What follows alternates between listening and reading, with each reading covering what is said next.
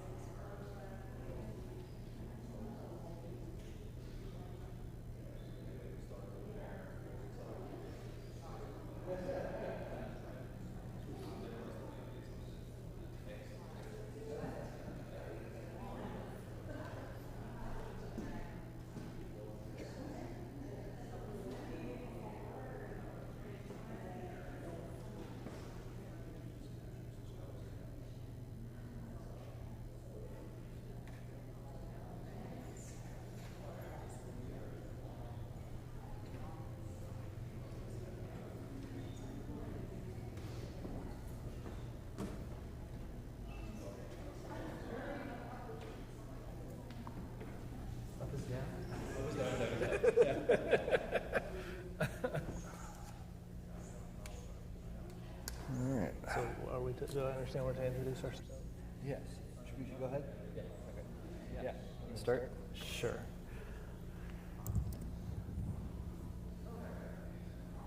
Good evening, everyone. Welcome. We're so happy to have you here. I hope everyone survived today's hailstorm. My name is Benjamin Irvin, and I am an early American historian at Indiana University. I specialize in the era of the American Revolution, the late 18th century. And with me this evening is David McCormick. David? Thanks. Yeah, I am the artistic director of Early Music Access Project, the group you're about to hear. And I'm also the executive director of Early Music America. Now, as many as you may know, if you've been attending these events, we have a pre-concert discussion for you this evening. And we're going to speak for approximately a half an hour, and then we'll turn over the stage to the musicians. So, David, welcome back to Indiana. I understand you've been here before. I have, yeah. I've played for the Indianapolis Early Music Festival a couple of times, and I auditioned at IU 15 years ago. Well, we're very happy to have you back in Bloomington. So, as you mentioned a moment ago, David, since 2021, you have served as the artistic director of the Early Music Access Project. What is that project? Who are your people, and what is your mission? So, Early Music Access Project, we've actually been going since 2017. 2021 is actually when I became executive director of Early Music America. I love to confuse people by being the head of two organizations with almost the same name. It's very confusing. But Early Music Access Project started really as something local. I'm from Charlottesville, Virginia, and we primarily perform in Charlottesville, Virginia. This is only the second time that we've performed outside of the state. And our goal is in part to make early music accessible, just like the name suggests. But we do that in a variety of kind of unusual ways. I'm a person who really enjoys collaborative efforts, so we're often working with poets or storytellers or dancers. And I also like to collaborate with local history. And so what you're getting this evening is a bit of local history from where I'm from. It's a bit about Monticello, and and I've really enjoyed looking at the repertoire that you're about to hear from a bunch of different angles. I'm working on a documentary film about this repertoire, and I'm working hopefully on a book about this repertoire. Let's speak for a moment about the history to which you just alluded. In 2020, I believe it was, you won a fellowship from the International Center of Jefferson Studies to research early black fiddle music in Charlottesville, Virginia. Now, historians have long understood that Thomas Jefferson and his wife, Martha Wales Jefferson, and their children loved music. Jefferson himself played and was an avid listener of the violin. Some scholars believe that when he wrote the Declaration of Independence, he built in rhythmic pauses that were inspired by his musical training. But in your research, you've discovered two families of black fiddlers who were closely associated with Monticello. Who are those families, and what can you tell us about them? Yeah, so this, to be honest, when I was offered the fellowship at Monticello, I didn't know that these fiddling families existed. I knew about Jefferson and his white family, who played lots of different music, collected lots of music. But sometime before my fellowship began, one of the historians at Monticello said, there's a really interesting story here. And the story that they knew was that at least one of Jefferson's sons with Sally Hemings was a fiddler. And it turns out that all three of Thomas Jefferson's enslaved sons with Sally Hemings were fiddlers. And in addition to that, there is another family of fiddlers that is related by marriage to the Hemings family. That is the Scott family fiddlers. And there are 3 generations of fiddlers there. Let me back up just to give you some names. So the Hemings family, we have Beverly, he's the oldest, Madison, and Eston Hemmings. You're going to hear a lot about Eston Hemmings' band tonight. I'll say more about that in a moment.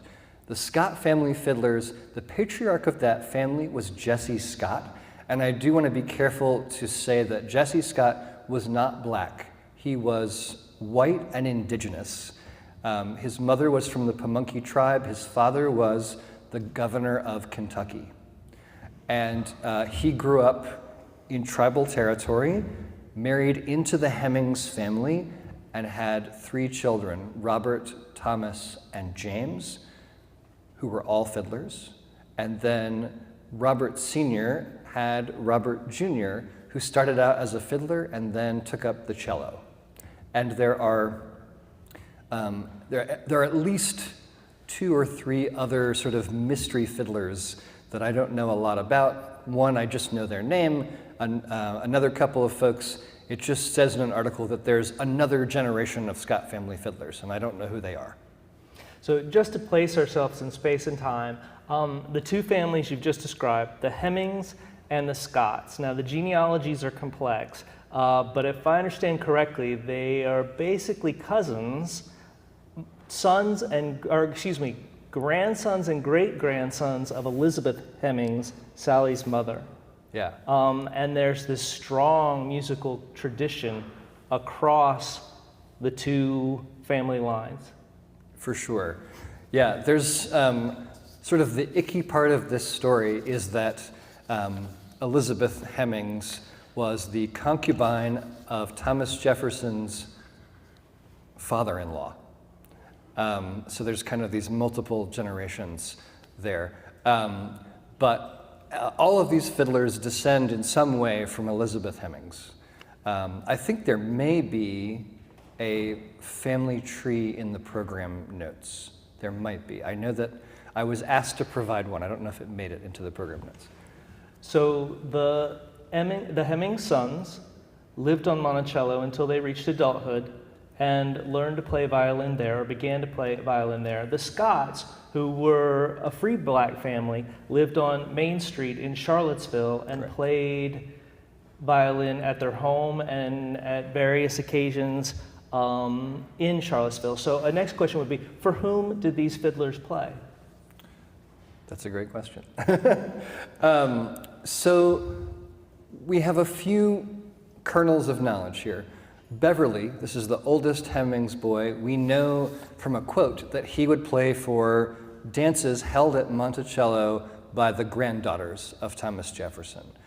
And something very interesting, I was recently interviewing someone at Monticello about those dances, and I have been staring at the same quote for 6 years, and it didn't occur to me. The word pavilion here, if you know anything about the construction of Monticello, there are these 2 sort of very small rooms on either side of Monticello that are sort of connected to Monticello by a long walkway.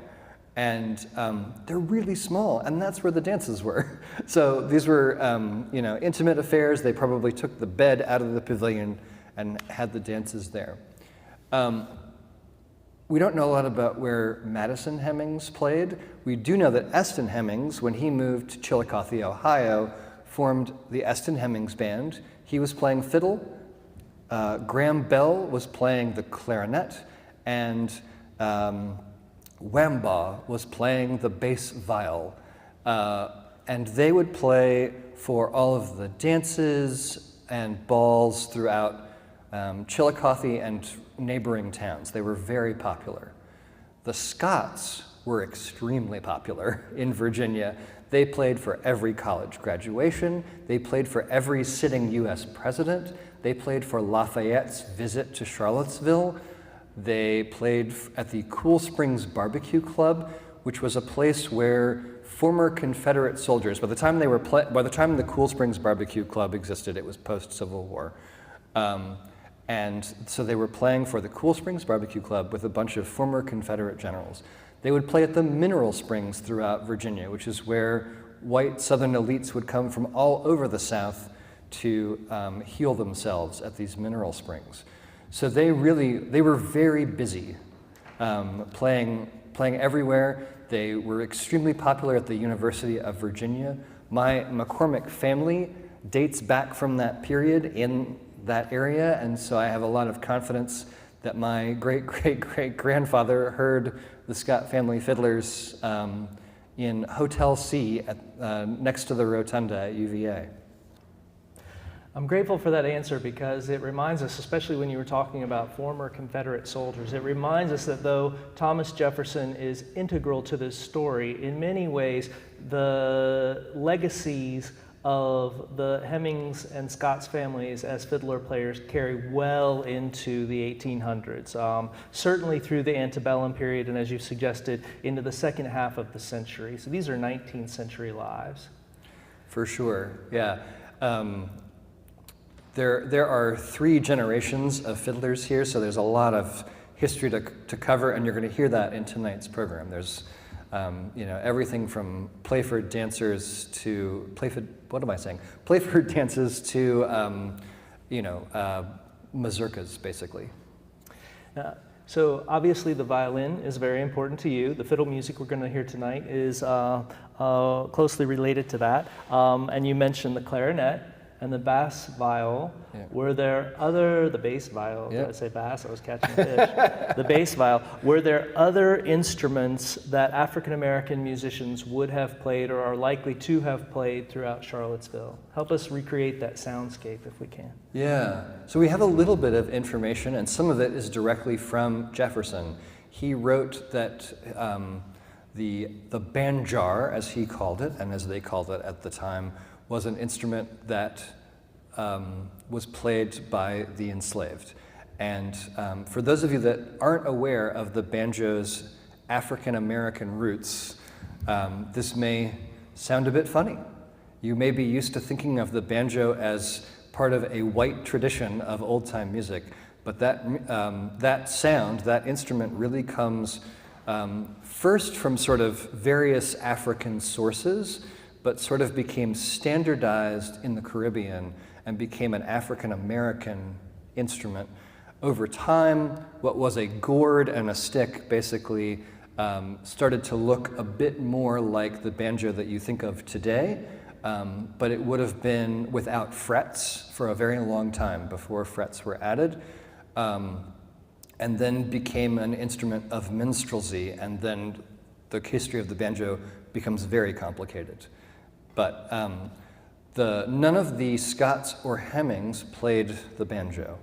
Another instrument that was very popular at Monticello was the jaw harp, or the mouth harp, and it's a very distinctive sound, and it is maybe surprising to us today to think of that instrument as being extremely popular, but it was also fairly easy to make a sound on that instrument, and so people were just enjoying kind of twanging away on that instrument.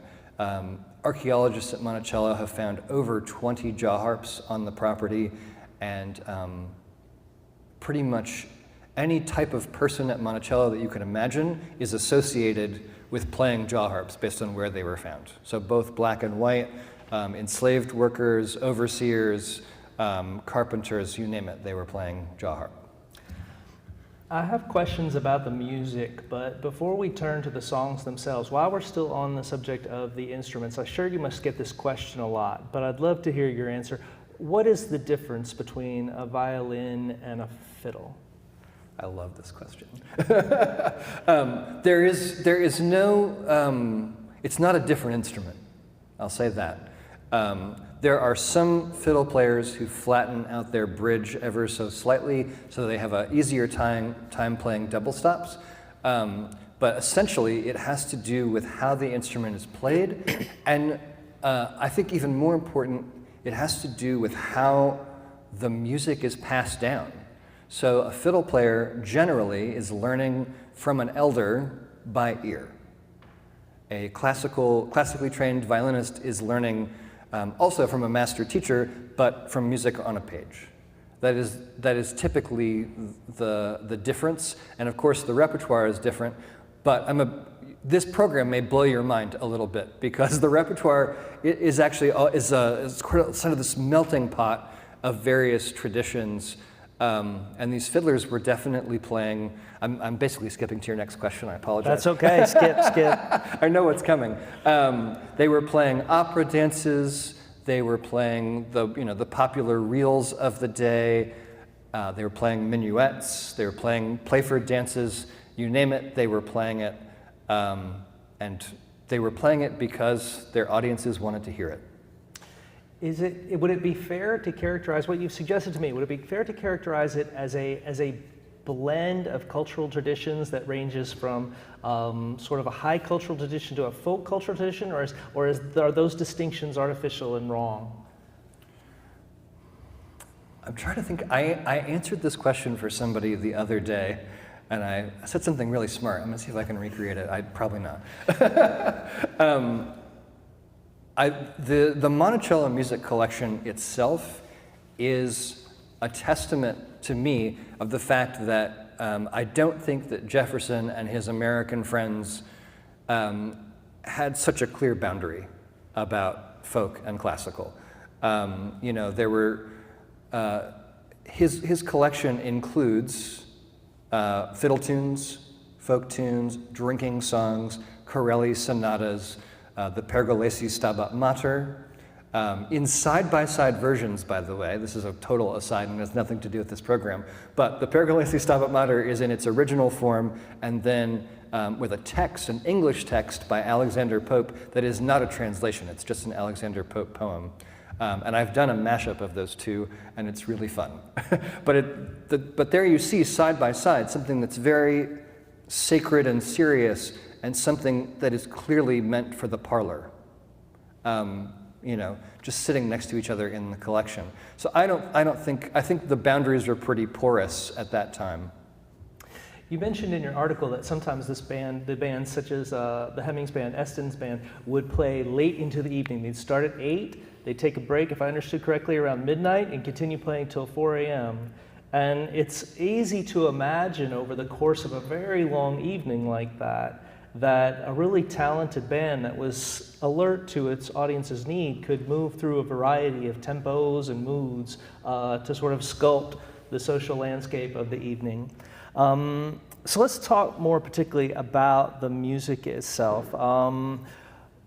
What songs are we going to hear tonight? Which have you traced directly to either the Scotts or the Hemmingses? Let's go there first. Yeah.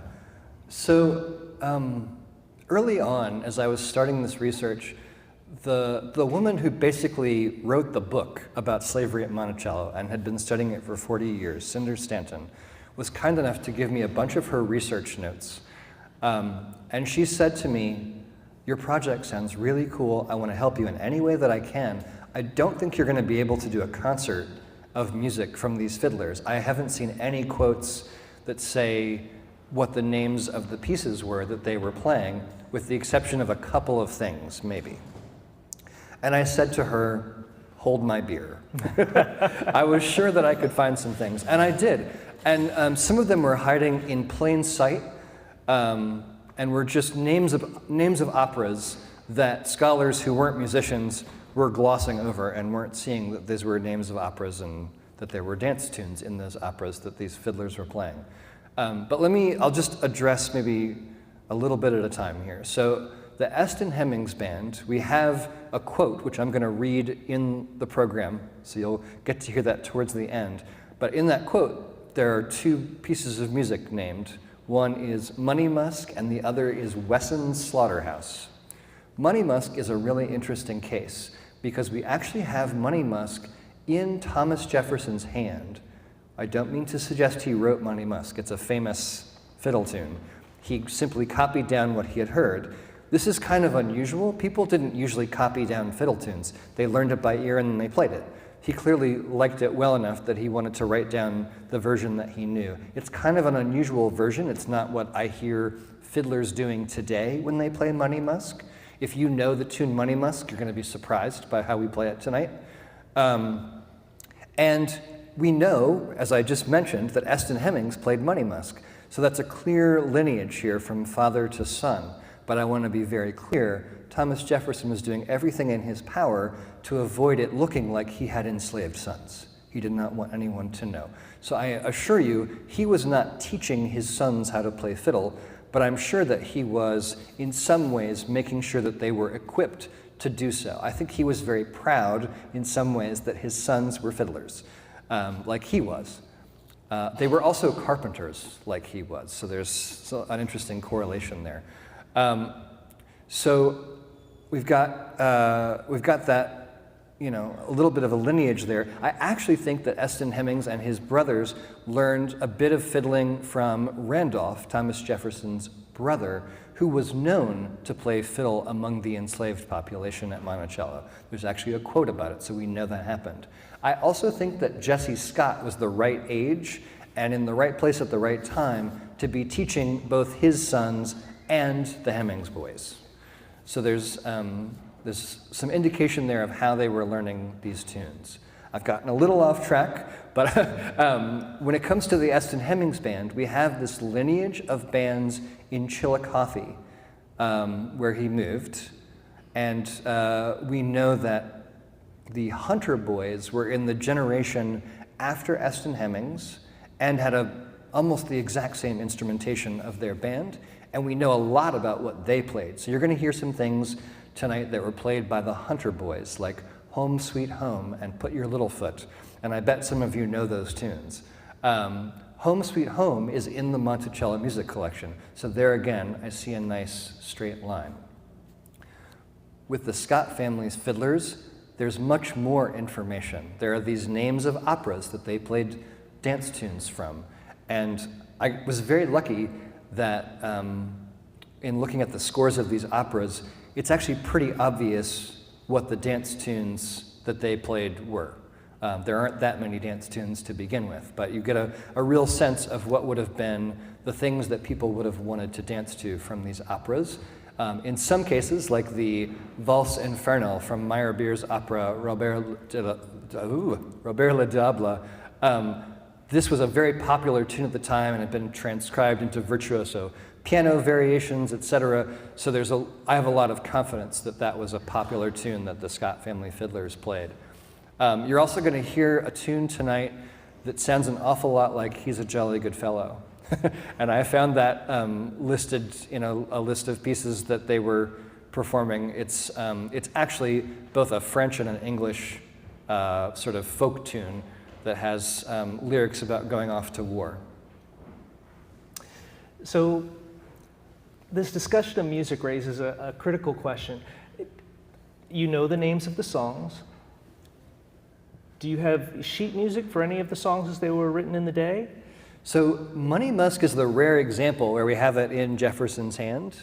For the most part, the rest of this program, we're taking either, if it's a fiddle tune, we're taking kind of the popular, the way it's kind of come down to us today. For instance, we're playing a version of the Virginia Reel, Lord MacDonald's reel, and I just went on a tune archive and found the way it's most often played today, and we're doing that, and it resembles actually a version from the time that I found a copy of something from the time that was a little bit messy and not. I didn't want to play that version. It has mistakes in it and is kind of weird, but we're playing something similar to that.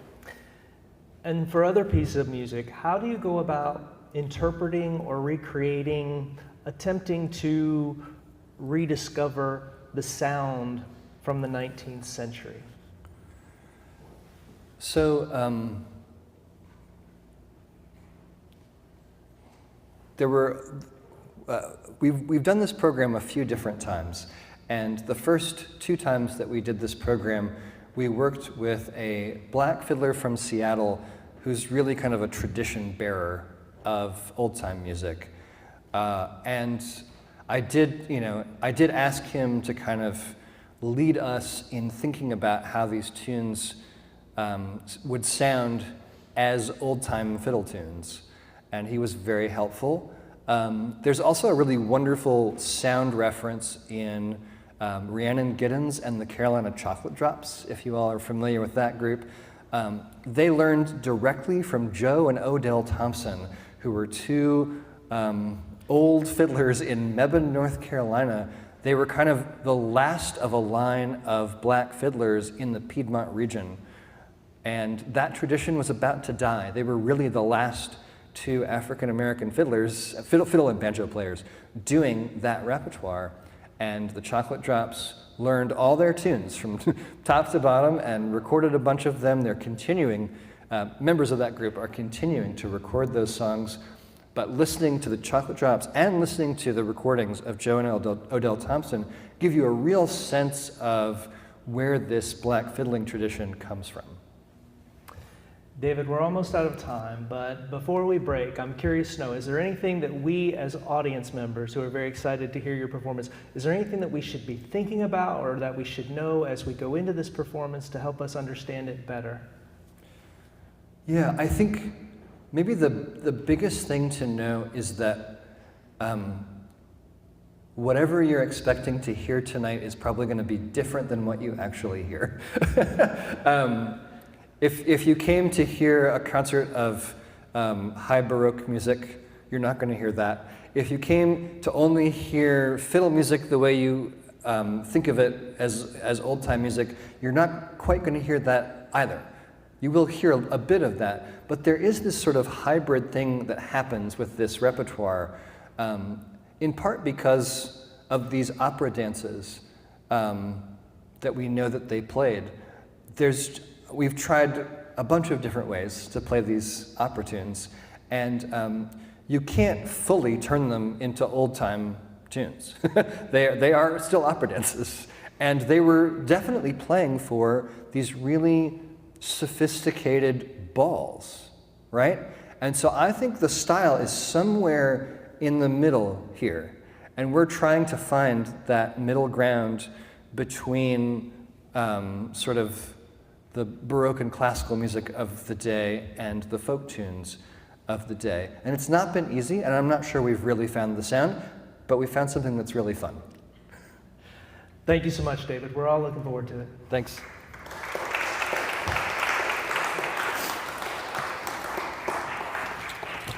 Good luck. Thanks. Really nice to meet you. Enjoy Yeah. the conversation.